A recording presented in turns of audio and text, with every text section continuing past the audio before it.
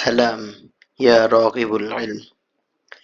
হেদায়ার পথে মিডিয়া হয়ে হেদায়া মিডিয়ার আবির্ভাব, জ্ঞান সুধার বিনিময়ে করি রবের সাথে ভাব। প্রিয় রগিবুল ইলম, আজ বুখারী পড়ি সিরিজের ২৩তম পর্ব। আর আজ আমরা পড়ব বুখারী শরীফের ১৫ নং পরিচ্ছেদের দ্বিতীয় হাদিস। পরিচ্ছেদ শিরোনাম: আমলের দিক থেকে ঈমানদারদের শ্রেষ্ঠত্বের স্তরভেদ। মুহাম্মদ ইবনে উবাইদুল্লাহ রহমতুল্লাহি আলাই আবু উমামা ইবনে সাহল ইবনে হুনাইফ রহমতুল্লাহ আলাই থেকে বর্ণিত, তিনি আবু সাইদ খুদরি রাদিয়াল্লাহু তাআলা আনহুকে বলতে শুনেছেন, রাসূল সাল্লাল্লাহু আলাইহি ওয়াসাল্লাম বলেছেন,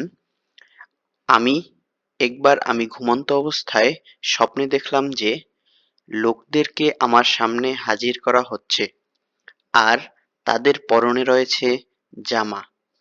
কারো জামা বুক পর্যন্ত আর কারো জামা এর নিচ পর্যন্ত। আর উমর ইবনুল খাত্তাব রাদিয়াল্লাহু তাআলা আনহুকে আমার সামনে হাজির করা হলো এমন অবস্থায় যে তিনি তার জামা টেনে নিয়ে যাচ্ছিলেন, এতটাই লম্বা। সাহাবায়ে কিরাম বললেন, ইয়া রাসূলাল্লাহ, আপনি এর কি তাবির করেছেন?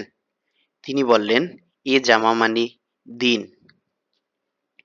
قال رسول الله صلى الله عليه وسلم بين أنا نائم رأيت الناس يعرضون علي وعليه قمص منها ما يبلغ الثدي ومنها ما دون ذلك وعرض علي عمر بن الخطاب رضي الله تعالى عنه وعليه قميص يجره قالوا فما أولد ذلك يا رسول الله صلى الله عليه وسلم قال الدين। এভাবেই প্রতিদিন একটি করে হাদিস শিখে রাসূল সাল্লাল্লাহু আলাইহি ওয়াসাল্লামের ব্যক্তিত্বকে আপন করে নিতে হেদায়া মিডিয়া সাবস্ক্রাইব করে বেল বাটনে অল সেট আপ করুন।